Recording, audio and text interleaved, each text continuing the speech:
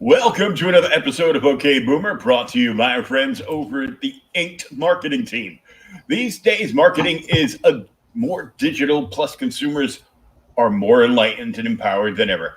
Companies and creators have to adapt and navigate a large digital terrain.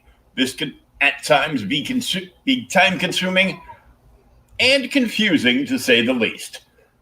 Inked Marketing is headquartered in the Tri Cities area of Washington State, supporting both U.S. and international clients. Visit them at www.inked.marketing. That's www.inked.marketing. Check out the services and then head over to the Contact Us page and check the box for Solutions Guide and see what solution they can provide for you. Come to the ad firm built by creators for creators and tell them we sent you. Hello, Thomas. Hello, William. We are back at the virtual rack for the first appearance of Scott Lang, Avengers 181. Yep. You know, and I knew this was Scott Lang when you said it the other day, but the other thing I forgot is this is like the first cover with like 25 people on it or some crap too. Mm-hmm. It's weird. And this is just like an absolute. This is when Avengers were just so much fun to freaking read. The whole team is great. And the fact is, I mean, you read this around this time, you get the early issues. Before this, you get the Byrne issues, and then George Perez picks up. I mean, the whole damn run is good. Like these 30 or 40 issues are incredible, all of them. Yeah, it was a good time in comics, opposed to now. Yeah. Now it's a good time in manga. I don't read a whole lot of manga, dude. Well, it's heading that way because I mean, you're like, you know, the phrase "make mine Marvel" was good in the '60s and '70s and into the '80s. Not after that story I was reading the other day with the actress from Game of Thrones. What was it? Oh, you haven't heard this? No, I've been working too much. Oh yeah. So the actress that played the Mother of Dragons on Game of Thrones. Yeah.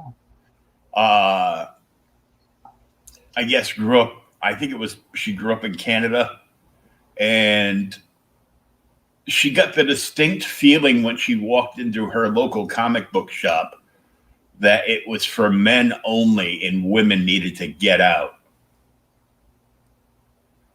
It's all part of this woke narrative that they're playing up, especially at Disney and Marvel and stuff. No, I haven't heard that. So she's written a comic book, and Marvel's publishing it.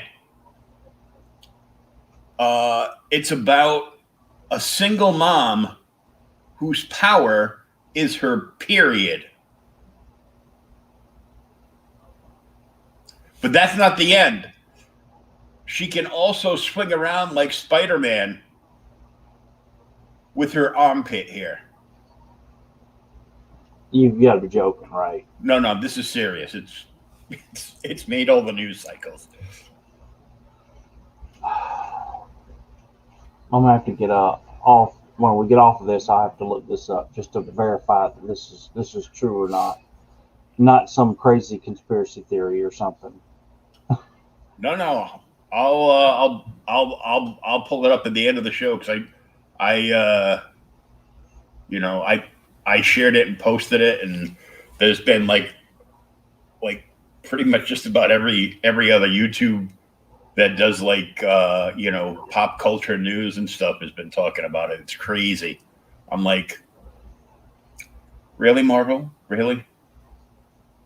I needed a reason besides Donnie Cates to hate you. So I hadn't read the latest issue of 4, so cheers. So we'll have to do then. Then we'll have to do my. Since we always do little mail calls. That's a mail call I got the other day. I need to read. It looks like a dress catalog. It's Lady Killer. Okay. You hadn't seen it? They're gonna. No. It's apparently going. Somebody's picked it up. Netflix or somebody's picked it up to make a show out of it. It's Jolie's first. Jolie Jones is like first writing art or something like that. Yeah, art's really good, but she kills a bunch of people. Oh, cool. News broke today from McFarlane that WIIC or something like that has picked up his property, Sam and Twitch, and is developing it into a TV series. I hadn't heard that one either today. It broke this. It broke this morning, and it's been, he's been putting it all over the place. I'm like, yeah, I expect this to fall through like every other. I got a new Spawn movie coming. Sure, you do. Yeah. Well, that's what they say. Doesn't he have a new Spawn movie coming out? And then the other thing I saw is I didn't know this until the other day. I saw it. Shows you how out of it I've been. That Netflix is working on a live action Cowboy Bebop. That's a terrible idea. Yeah, it's this is the stupidest idea since they remade Ben-Hur. I mean, would they remake it as Ben-Hur?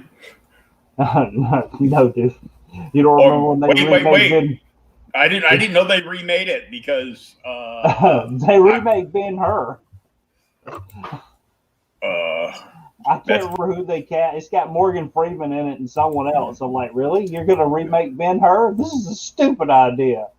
The first film only won like 12 Oscars, or Academy Awards. It's one of the greatest movies ever made. Let's remake it. No, let's Dalton say we did, dumbasses. It's like, what are you thinking? Remake? It's like that's all they do, and of course, Ryan applauds it because you don't understand. They've got a built-in audience for this. No, they're fucking lazy. Yeah. Well, they may have a built-in audience. People that want to go see it because they didn't want to watch the first one. It's the Cliff's Notes version. I want to see the updated special effects. Oh, you want the fake special effects? You want to see the real special effects where Charlton Heston had to ask how the hell he was going to stay in the damn chariot without getting his ass killed. Oh my God. Yeah. It's just that's crazy. So Avengers 181. First appearance of Scott Lang. First cover where George Perez draws like 25 people on it or something. Mm-hmm. And absolutely iconic. And then when we get inside, it's John Byrne and Gene Day doing the interior art chores. So this is an all-around win for comic books as a whole. And you can see that. And hell, the original Robin Hood on the screen in black and white. Yeah. Wendy and the Beast have gone to the movies because they're like this in the early comics, baby. They're buds. And they go to the movies and they're watching Errol Flynn in the original Robin Hood and there's Men in Tights. Back when Jim Shooter was still running this stuff. Roger Stern and Jim Shooter. Shooter was appearing at a ton of conventions.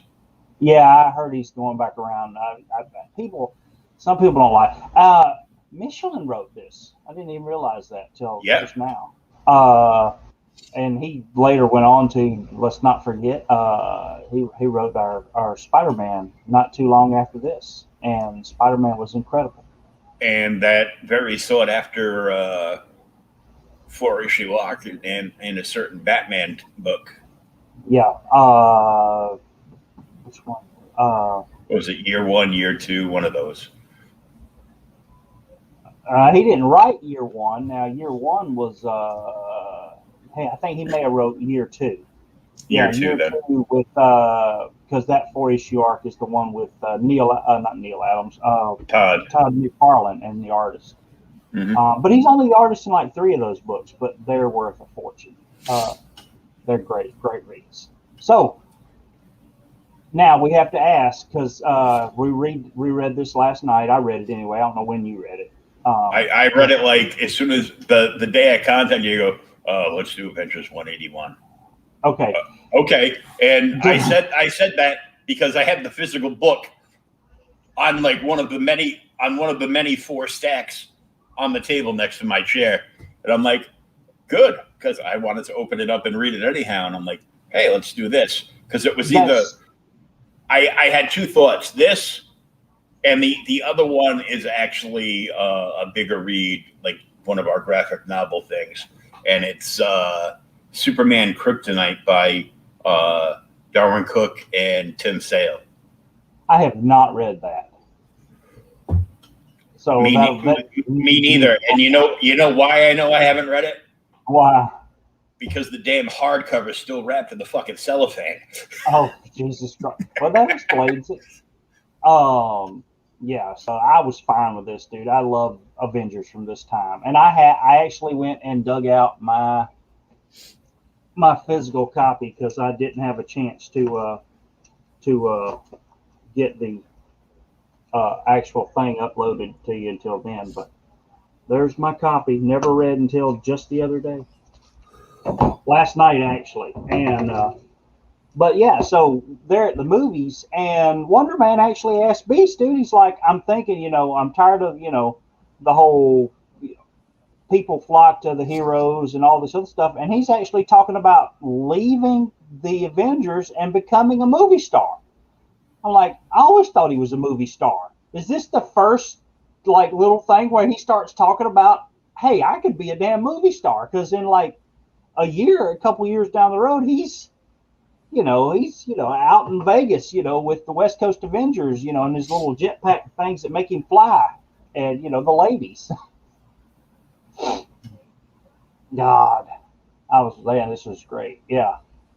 So they leave the movie theater, and dude, I don't know, they just don't do stuff like this anymore. So him and Wonder Man and Beast are having this big conversation about why people like superheroes. They're actually talking to the readers if people pay attention. And I know you did, but this is something like I said they don't do anymore. And Beast explains the whole thing. He says people are attracted to heroes and want to read stories about superheroes because it puts them in a fantasy world that they can escape their problems for a little bit. He actually gives it the what is it, the actual psychedelic term, if you want to call it that. Mm-hmm. What was the definition? Anyway, so B says it's that. And then how you like that? The little kid calls him a damn blue Wookie. It's a blue Wookie. Yeah, because this come out in 78, 79, so this is right around Empire. Because our Star Wars craze may have still been going crazy because it was in theaters forever, and that was in 77, right? The original Star Wars was 77. Yeah, 77. So yeah, this could be holdover from it being in there. Yeah, but it's a blue Wookie. Well, the original film with New Hope, the first time was in movie theaters for like a year and a half, 2 years. Yeah, so that may be a holdover from this. It's actually one of my earliest memories going to see that in the theater. It was crazy. Yeah, so they're going home. They're talking about that, and then they walk back to Avengers Mansion. That's right, people. This is when Avengers lived in a mansion, not in a damn penthouse, and they lived in a mansion provided by Tony Stark because he's got more money than anybody. Mm-hmm. And of course, when they get there, I thought, because I'd never read it, I'm like, holy shit, Doc Ock's attacking Them. Tony Stark has managed to borrow some Doc Ock arms that they're being used for a security system at the front gate, and when they show up, they get attacked. But it doesn't stop our heroes. Wonder Man just tears tears the arms up, and Beast ties them in knots, and then they rush inside, and Wonder Man breaks down the damn door, and they get in there, and there's this guy, like, we don't know who this is, and he's like doing something to Avengers Mansion. So Wonder Man like jacks him up and is about to beat the hell out of him, and Iron Man's like, "Stop! That's the new security guard, Scott Lang." No, this is Tony Stark. This was before he came out of the closet as being Iron Man. Yeah, because Guy Ritchie is with him, and he doesn't know. He still thinks that Iron Man is his bodyguard. So yeah, because he says, "Tell your bodyguard to meet us in there." Yeah, but he tells Wonder Man to stop. That's Scott Lang. He's one of my employees. Those tentacles are, you just read it, are part of the new security system he's installing. Yep. Rather expensive one, that I might add. He did, yeah. Well, it's tore up now. So there is the first appearance of Ant-Man 2 in 3 panels. one where he looks startled, 2 where he's about to get the hell beat out of him, and 3 where Iron Man's like, "Hey, this is Scott. We're going to use him later on." And it's a little crazy. When I can't remember why did the Avengers actually lose their Avengers clearance for? I don't know, because it was like the issue before this. Okay, so we're gonna have to do the issue before this or something. We'll have to look it up. I know 180. This is 181. If they say 183 and 84, like one of my all-time favorite Avengers stories. That's the John Byrne and when the Avengers actually fight freaking the Absorbing Man. So we'll have to look that up. So Guy Ritchie is there, and he's with Tony Stark, and tells him to go get Iron Man and meet us in the conference hall, or the assembly room. We're going to take care of this. So Stark storms off mad to go get his bodyguard, and in actuality, he's like going to change his clothes, and he's got his Iron Man costume all folded up in the suitcase. So he does that, and while he's getting into his Iron Man duds, outside somewhere in the snow, an old man like gets out of a taxi, and they don't tell us who the hell it is, and then literally that's it. Yeah, he's a mystery through the whole thing. Yeah, I mean, I didn't even know who he was, and we don't know what the hell he's doing. This taxi drops this guy off.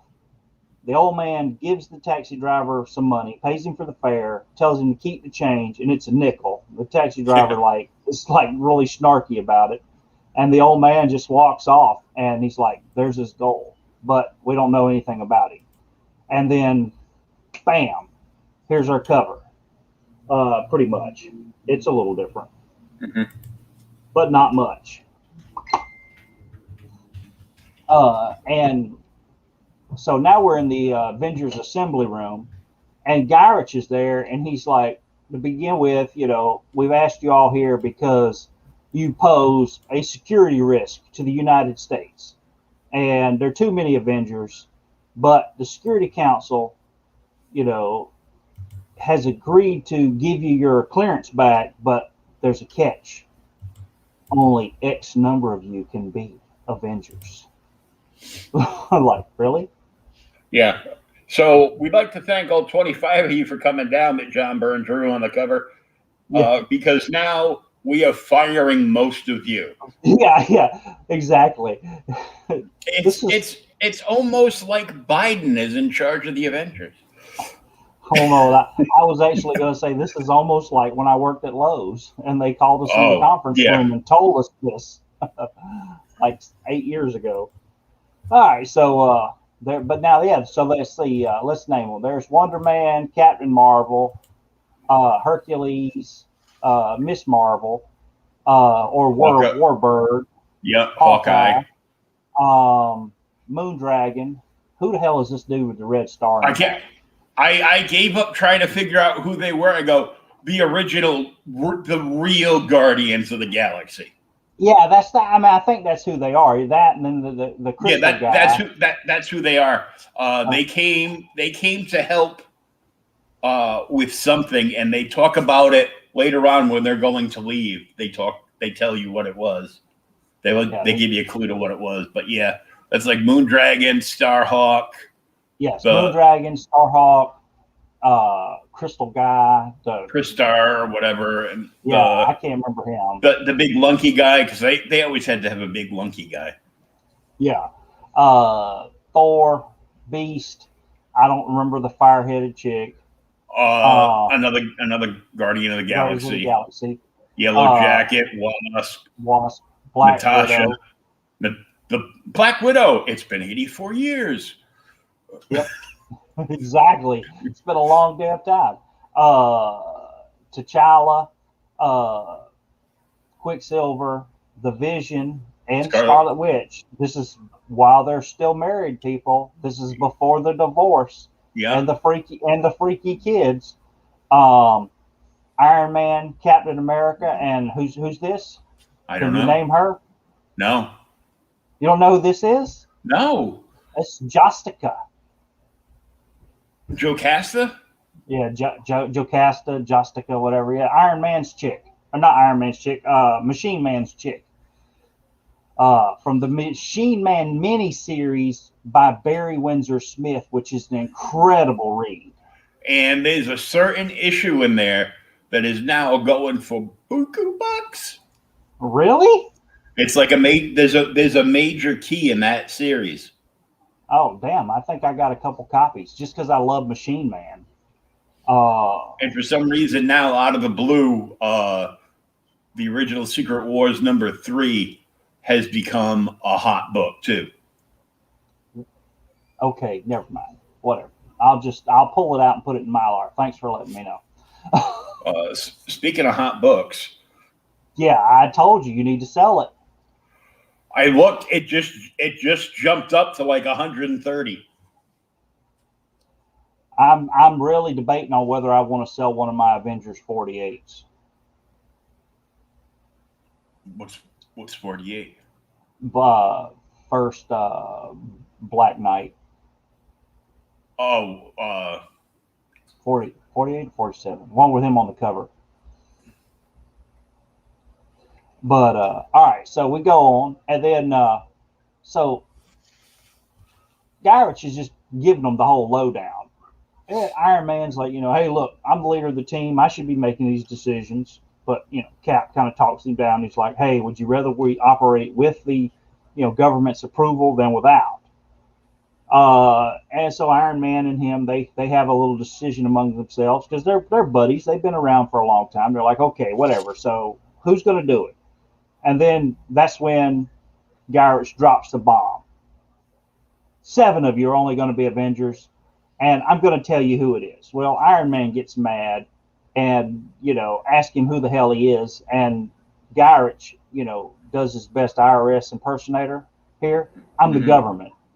Any more questions? I'm here to take your money, so shut the hell up. And I love how they just randomly pick the 7 out. I mean, it's not random, but he picks them out. He's like, so here's the 7 remaining as chairman, Iron Man, then the Vision. Okay, then we got Captain America, Scarlet Witch. The Beast is going to stay. The Wasp.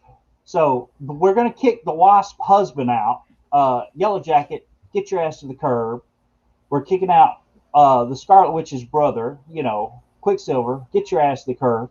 And then they're like, the last person here, of course, is Hawkeye, but it says, if you read up there, the Falcon. And Hawkeye gets pissed off. He's like, what? She says, why are you picking, the Falcon over me? I've been an Avenger forever. He's been an Avenger since issue 16, people. Well, Clint, we can bottle it down to this: affirmative action. And he says that. He says that. He says, but why? He says, I'm afraid you'll have to. Oh my God, I got to blow it up and read it to you. Why him? Why not me? That bozo's only powers are flying and rapping with birds. He's not even an Avenger. And Iron Man even stands up for him. He's like, he's right, Garrett. Well, we can't risk the whole team on an untried member who not be able to handle it. I'm afraid you'll have to, since the Black Panther isn't available. If the Avengers are to be sanctioned by the government, they have to adhere to government policies, and that includes equal opportunities for minorities. Affirmative action. Because the Black Panther is unavailable. Nothing like lowering the bar. I just don't. I mean, I mean, I love Falcon, but this is just to read it in the comic. It's just funny as crap, dude. I'm like, okay, here's the Falcon. Hey, you could have picked it. You know, no, Luke Cage will be an Avenger later on. Well, let somebody else do that. Who else was a minority at this point? You know, where the hell's Shang-Chi or something? But Iron Man comes back at him, and I like it. He says minorities. What do you think androids and mutants are for?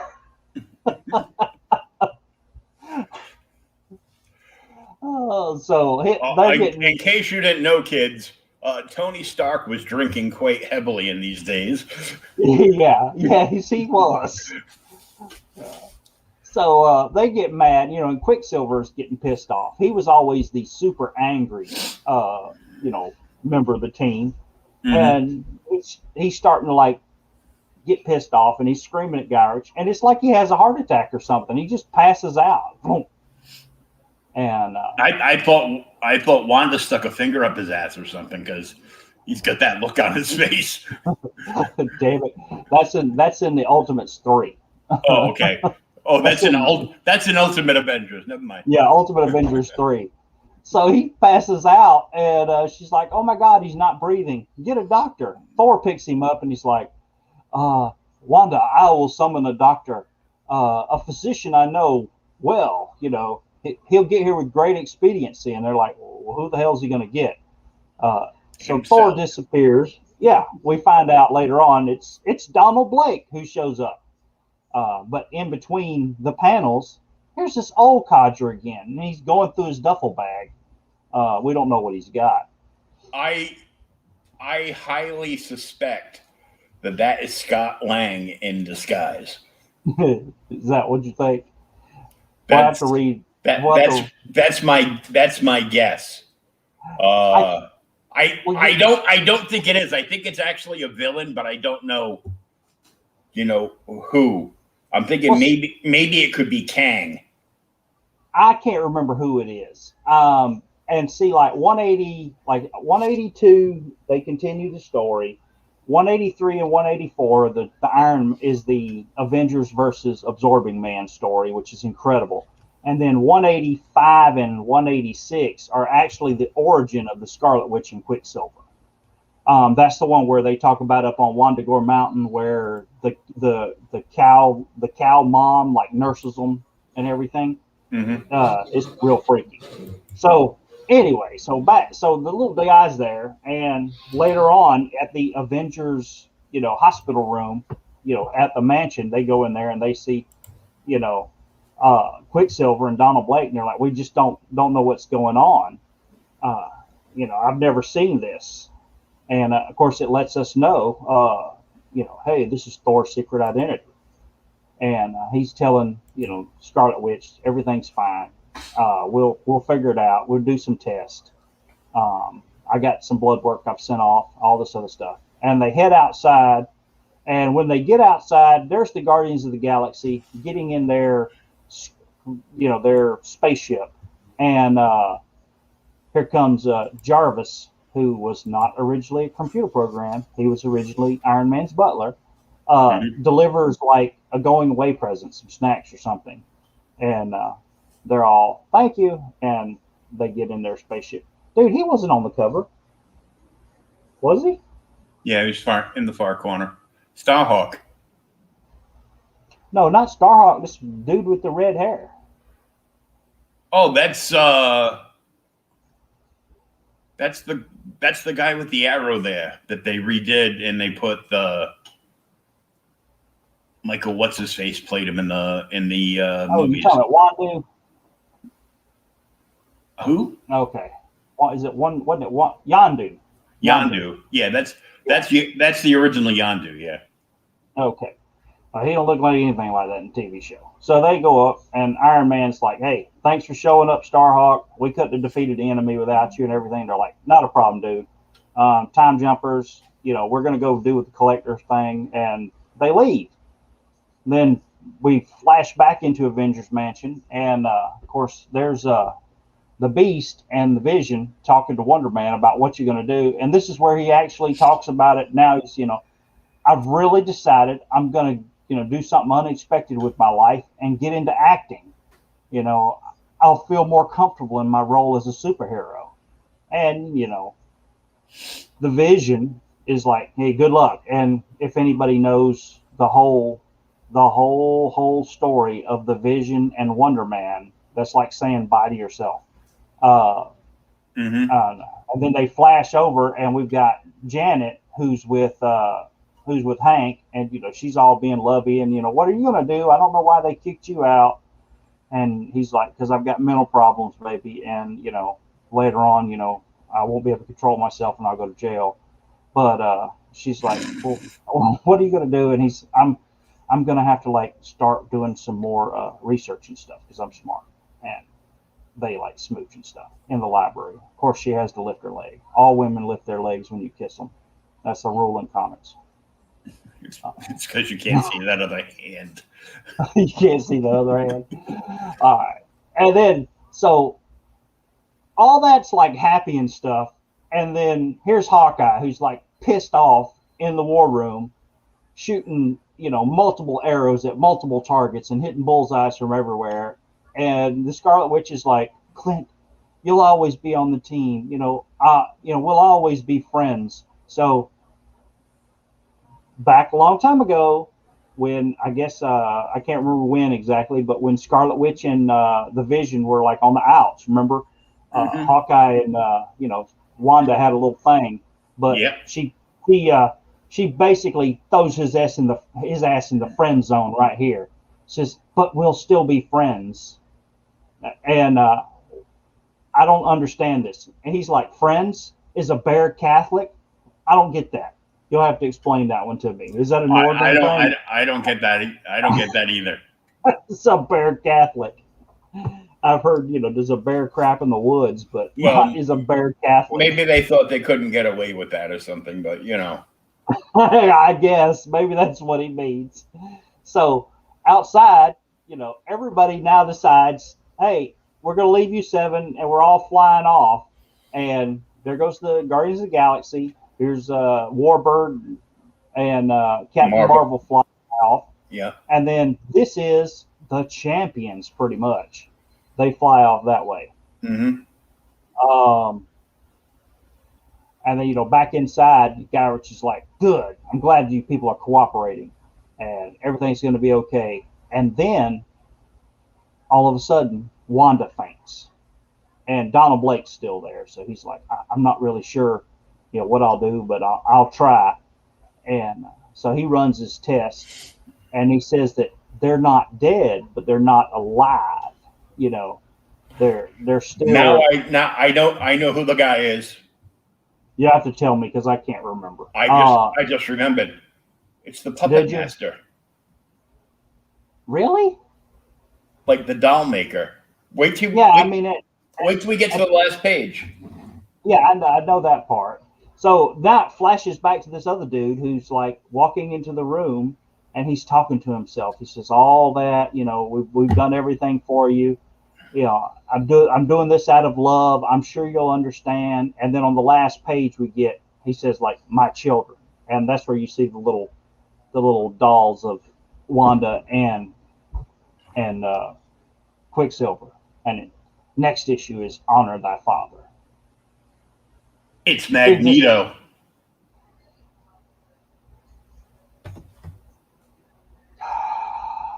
Damn, dude, you're going to make me read 182. I don't have to read it. You probably have it right next to you right now. It's in the other room. I've got it. I just can't remember it. Run, you But can read it dude, later. Flip through it and tell us what happens. tell you what happens. Man, this is the Avengers when the Avengers were good. My copy on this one's a little messed up, and I was like, dude, I'm going to see how much get me a little better copy. These are expensive. Like, holy crap, dude. Damn it. Yeah, they're like 40 or $50. Yeah, that's for a half-ass copy. A nice copy I saw them for 80 and $90 on eBay, but I was like, good God. Really? Yeah, I was kind of shocked myself. Um, but yeah, I can't remember who it is. No, but dude, this is an incredible issue, and you came out of damn nowhere with this one. Well, it wasn't nowhere. It was on top of the pile next to me. Yeah, I well, was like, I wasn't. I was like, what's underneath this stuff? They go, oh, nice. Nice. I'll find something that I know he'll like. Yeah, I mean, it was great. I mean, this, like I said, story was good, the art was great, and this is like back when comics, it told a whole story, one issue, we got a complete closure on that, and still on the last page, it makes you want to come back and read again because neither one of us can remember who the hell this guy is, but he has some, connection to the Scarlet Witch and Quicksilver. And like I said, I know in 185, 186 is when they have that big. They talk about the actual birth of them. I know sometimes we do our, like I said, we do our little our show and tell. So I told you I got Lady Killer. I got to read. Oh yeah. And then I got in the mail today, mail call. We've already read this one on the show, but I finally got a really nice copy. Oh, nice. Here, hold on. Let me stop sharing this screen. Stop sharing that. So, finally got a really nice, Amazing Spider-Man 230. And then when I was out of town training, I picked up old New Vigilante, Planet Hulk book I hadn't read. Oh yeah, that's from Hickman's run of whatchamacallit. Some more Spirit, First Wave. Never saw this one. Oh yeah, that's like a 6-issue miniseries or something. Is it? Yeah, it's Tales of the Unexpected, starring the Spectre. So you get a Spectre thing, and then you get a Dr. 13 in the back. Yeah, I love Dr. 13. Dr. 13 is cool as crap. Yeah, I don't know. Those might just be reprints. I don't know if it's new stuff. Another Spirit issue because the Spirit kicks ass.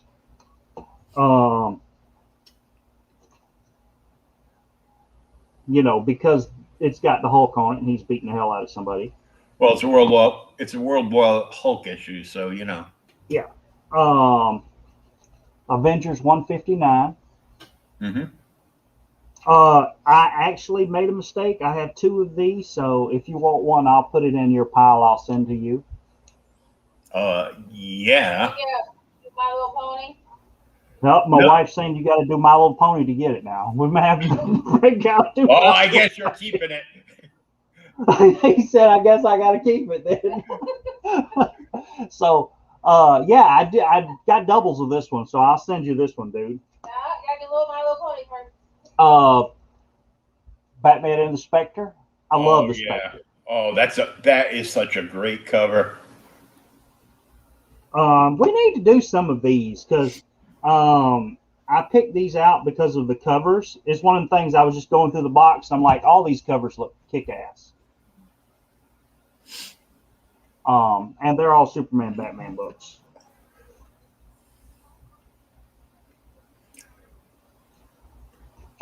The older World's Finest, like in the 70s, were in the 1970s were good. And a giant size Action Comics. Mm-hmm.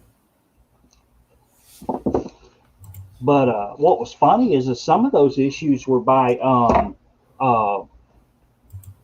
Pollard, I think it was. I think it was Pollard. But somebody we actually talked about before on the show. It was like, man, this is great. And I didn't know he did all that because he did. Actually, I think he did a issue of JLA we did right back, the one with the crazy starfish on it with Starro. Starro, yeah. Yeah, that So was great. I couldn't wait, and I called up fandom on Avengers 182. Did you? Yeah. The bodies of Quicksilver and Scarlet Witch lay inert and lifeless in the Avengers Mansion infirmary. Dr. Blake has determined that while they are not fully alive, they are not truly dead either. Good work, Doc.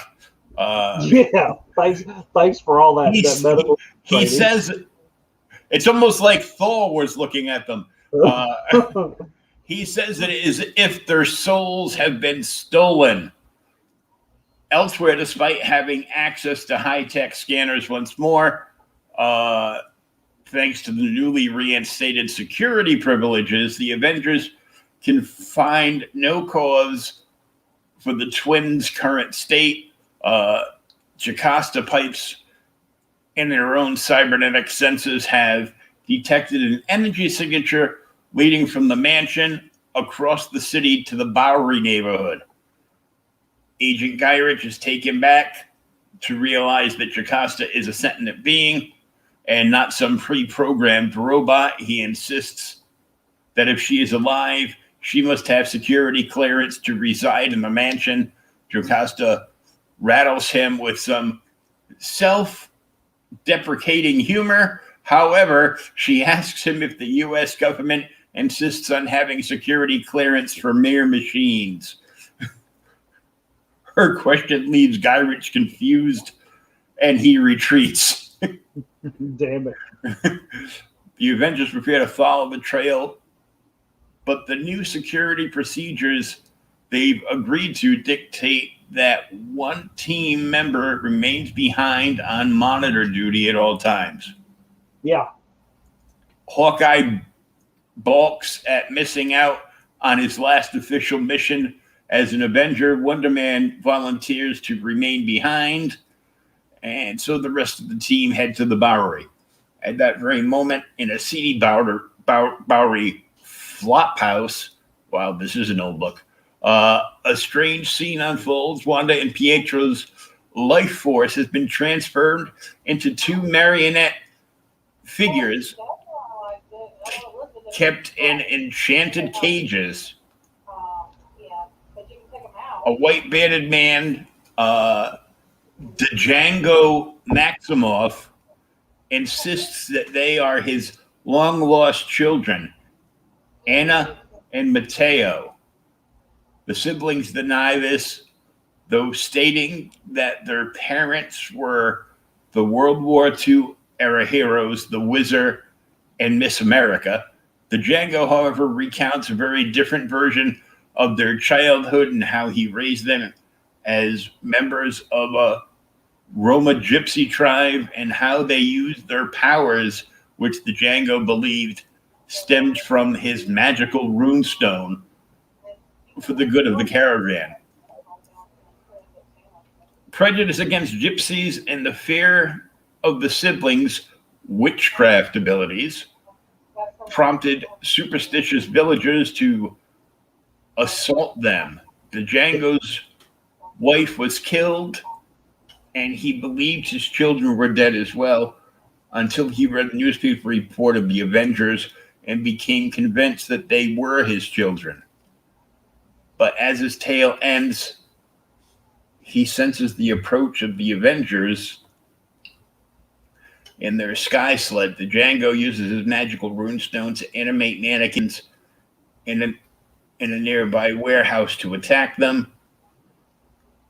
They destroy them easily, of course, but when they enter Django's rented room, he creates a powerful illusion to transform the room into a vast outer space void. And it is this fantasy world he conjures three adversaries, Toad, Princess Python, and Nighthawk, to combat the very team. The Avengers spring into action, but to do all the scenes, this is too long. Can we just get to the part where that's who he's supposed to be? So basically one issue, and that would have been a whole year's worth of stories today. Yeah. It's like we have to stretch it out. Why? Nighthawk. So the team that he conjures: Nighthawk, Toad, and Princess Python. Well, that's three weird villains that you want to bring up. Mm-hmm. It's like, you know, he must have been reading the papers or something. I don't know what's going on.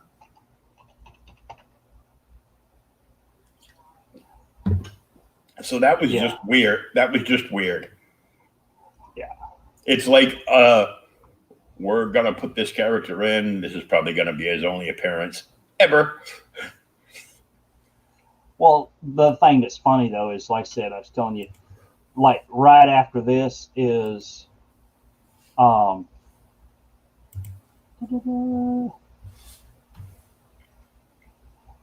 of my favorite of all time issues. Hold on, I'll bring it up for you.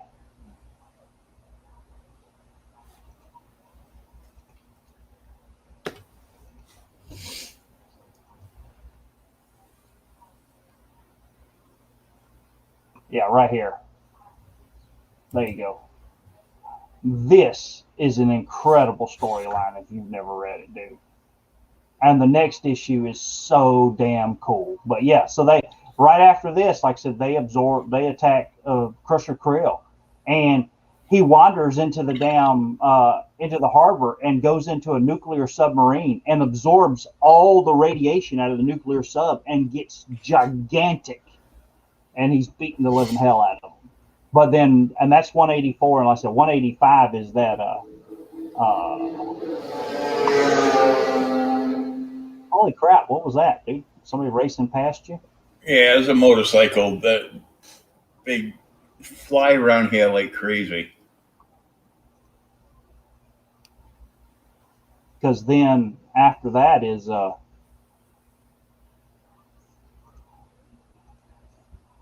I just want to know why the absorbing man looked like George the Animal Steel. Because he did. Because he did. Now shut up and read the book.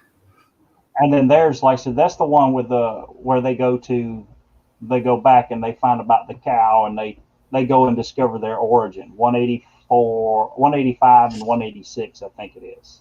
Mm-hmm. But yeah, damn, dude, this is just an incredible run of Avengers. I mean, all of these are great books. But yeah. Did you see my Joker that I got in from I got in from New Zealand? Not New Zealand. No, I don't. The Netherlands. No, I didn't know they had Joker art in the Netherlands. It's not bad. It's a little weird. It's kind of disturbing. Ain't it though? Yeah, I think that's the whole point, right? Damn it. This is kind of like old school Joker. Mike Jimmy Lebrun from the Netherlands. He also sent me 3 copies of his book, Life Encore, and he's launching the Kickstarter tomorrow for issue 4. One of the 50 Kickstarters you backed this year? No, I bought the art. It's like I couldn't say no, because I'm like, how much you want for the Joker? And he's like, let me see how much it's going to be to ship it, and I'll send you a price. It was like $35 US. Oh, well, that's not bad.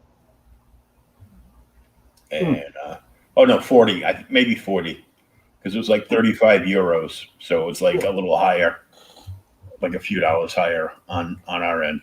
But he sent that, and he sent the first 3 issues of his book, and the 3rd issue, the cover he sent is actually a Silver Surfer homage. Oh, sweet. But so I will I'll pick something out for next week. Now that we know what's going on in Avengers 182, it won't be that. So you picked out a Marvel book, so I guess I need to pick out something DC because I've been buying a hell of a lot of DC lately.